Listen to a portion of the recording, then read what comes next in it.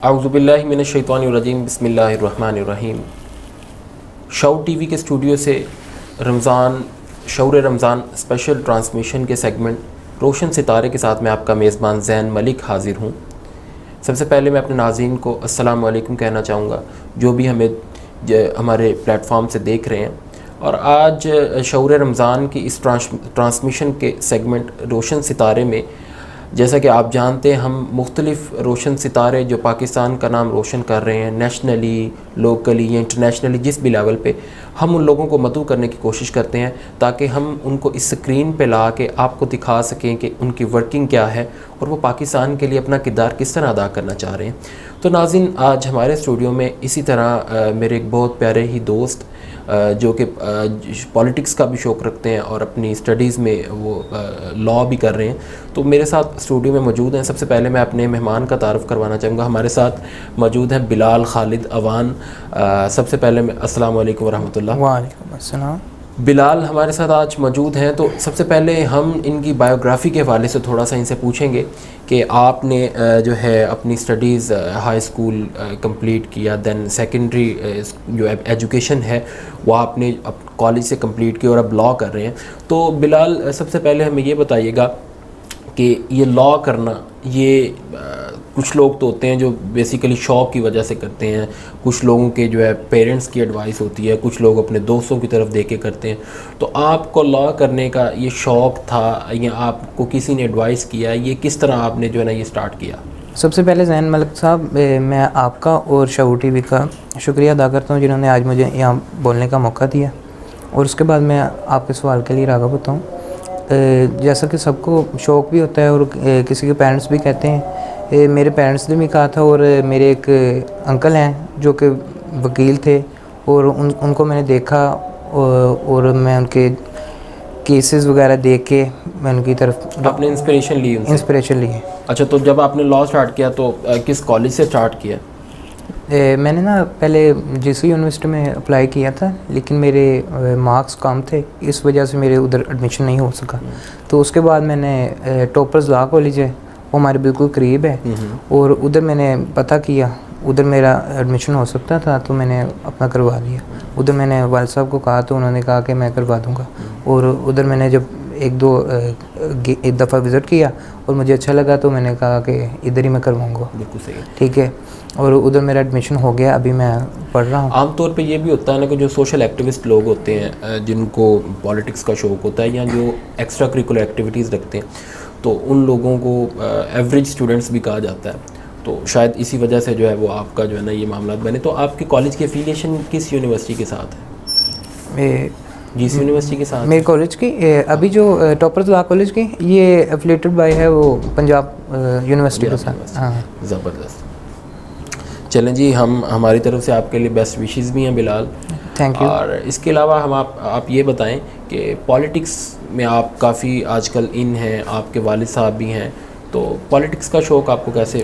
مجھے پالیٹکس کا شوق میں شروع سے میرے والد صاحب سے ہے۔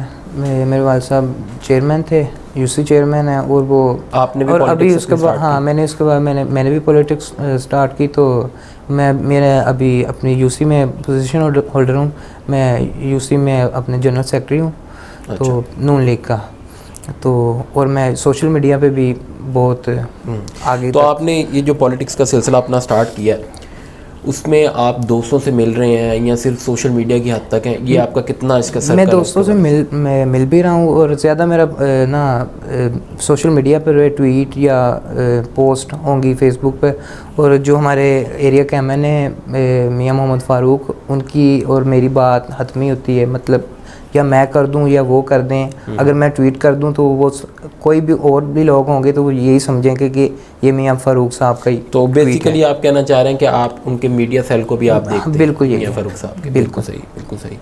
تو اب پالیٹکس کا آپ نے لوگوں سے ملنا سٹارٹ کیا، سوشل میڈیا پہ اپنی کیمپیننگ سٹارٹ کی، تو اب آگے آپ کا فردر کیا اس میں پلان ہے کہ آپ کس لیول تک اپنی پالیٹکس کو لے کے جانا چاہتے ہیں؟ میں سب سے زیادہ یہ اچھا سمجھتا ہوں کہ ایک نون لیگ کا ورکر ہونا، اور میں الحمدللہ ہوں۔ اس سے زیادہ اگر میرے میں ہمت ہوئی تو میں جا سکتا ہوں، اگر نہیں ہو نہ پاسبل ہوا تو کوئی بات نہیں. میں ایک شوق بھی تو انسان ایک شوق ہوتا ہے, لیکن میں سب سے زیادہ یہ ورکر سمجھتا ہوں اپنے آپ کو. اس کے بعد اگر میں یو سی چیئرمین تک جا سکوں اپنے والد صاحب کی سیٹ تک تو تب بھی بہتر ہے, یا اگر ان سے زیادہ ایم پی ایز یا ایم این اے کی سیٹ پر اگر میں کوئی منسٹر بن جاؤں تو. لیکن زیادہ میں یہی کہتا ہوں کہ میں نواز شریف کا ورکر ہوں, اس کے علاوہ عام طور پر اس سے بڑی بات نہیں ہے میرے بلال. یہ بھی کہا جاتا ہے کہ جو ورکرز ہوتے ہیں کسی بھی جماعت کے یا کسی بھی پولیٹیکل آرگنائزیشن کے, ان کو وہ جماعت یوز کرتی ہے. اس بارے میں آپ کا کیا خیال ہے؟ میں نہیں سمجھتا کہ یہ ورکر کو پارٹی یوز کرتی ہے, کیونکہ میرے لیڈر جو ہیں نواز شریف, وہ ہر اپنے بندے سے ورکر سے وہ مخلص ہیں, اور ہر بندے کو وہ اتنی ہی اہمیت دیتے ہیں جتنی کہ دوسروں کو دیتے ہیں. کوئی ایم این ایز ہو, منسٹر ہو, ایم پی ایس ہو یا عام ورکر ہو نا, تب بھی ایک ہی, اگر ان سے کوئی بھی ملنے جائے تو وہ بالکل ایسے ہی ملتے ہیں جیسے ان کے ساتھ کوئی بھائی ہے یا ان کا بیٹا ہے, ایسے ملتے ہیں وہ بالکل. تو آپ کی کبھی نواز شریف صاحب سے ملاقات؟ جی میری ایک دو دفعہ رائمنڈ میں ان سے ملاقات ہوئی ہے. ابھی تو وہ ملک سے باہر ہیں؟ ابھی ملک سے باہر ہیں بالکل.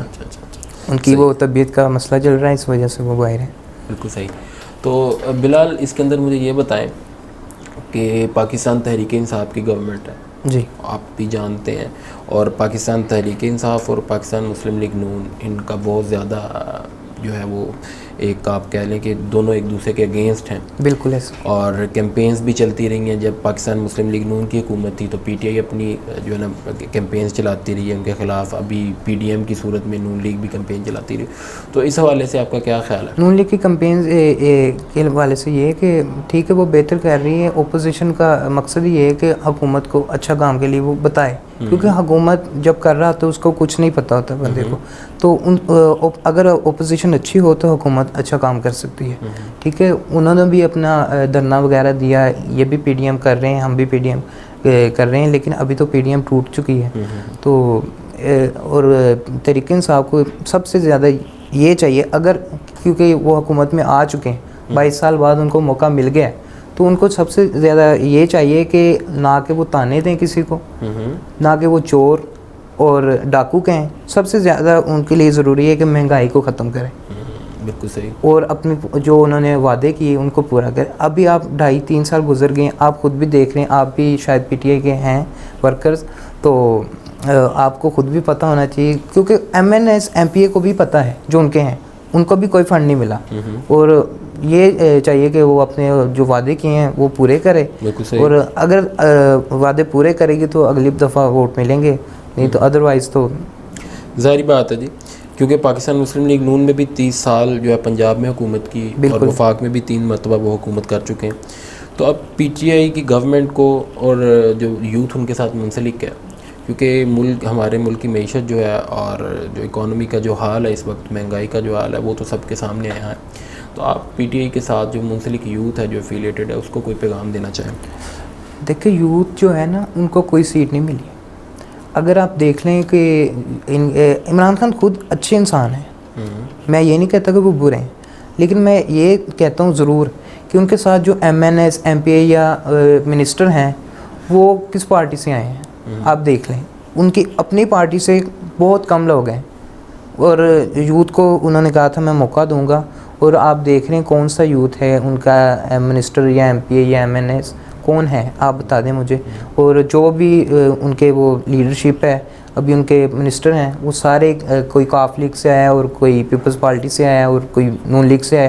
اگر عمران خان کے ساتھ کچھ نئے بندے ہوتے تو وہ شاید ان کی طرح وہ کام کرنا چاہتے, لیکن یہ وہی چور ڈاکو ہیں جو آپ عمران خان صاحب پہلے کہتے تھے کہ یہ نون لیگ والے ڈاکو ہیں یا پیپلز پارٹی والے ہیں, یہ وہی ڈاکو ان کے ساتھ ملے ہوئے ہیں. تو عمران خان اچھا کام کرنا چاہتے ہیں, لیکن ان کی کابینہ ان کو نہیں کرنے دیتی. بالکل صحیح. تو ناظرین ہمارے ساتھ آج اسٹوڈیو میں موجود تھے بلال خالد اوان, جو کہ اپنے ایکسپیرینسز اور اپنی بالکل ٹین ایج کے اندر انہوں نے اپنی سوشل ایکٹیویٹیز اور پالیٹکس جو سٹارٹ کی, اور ہمیں بڑی ڈیٹیل سے بتا رہے تھے کہ انہوں نے لاء سٹارٹ کیا اور ان کا پالیٹکس میں آگے کیا پلانز ہے, اور ان کے یوتھ کے حوالے سے وہ اپنی ایڈوائسز دے رہے تھے, اور خاص طور پہ پاکستان تحریک انصاف کی گورنمنٹ کے کرنٹ سینیریو کے حوالے سے بھی ہمیں بتا رہے تھے. تو اسی کے ساتھ ہمیں اجازت دیجیے گا, انشاءاللہ اگلے پروگرام میں ملاقات ہوگی. اللہ حافظ.